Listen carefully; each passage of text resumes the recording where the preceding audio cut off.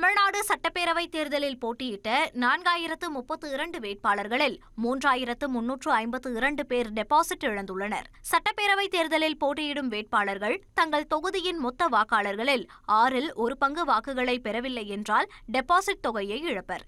அந்த வகையில் தமிழ்நாடு சட்டப்பேரவைத் தேர்தலில் போட்டியிட்ட 4032 வேட்பாளர்களில் 3352 பேர் டெபாசிட் இழந்திருப்பது தெரியவந்துள்ளது.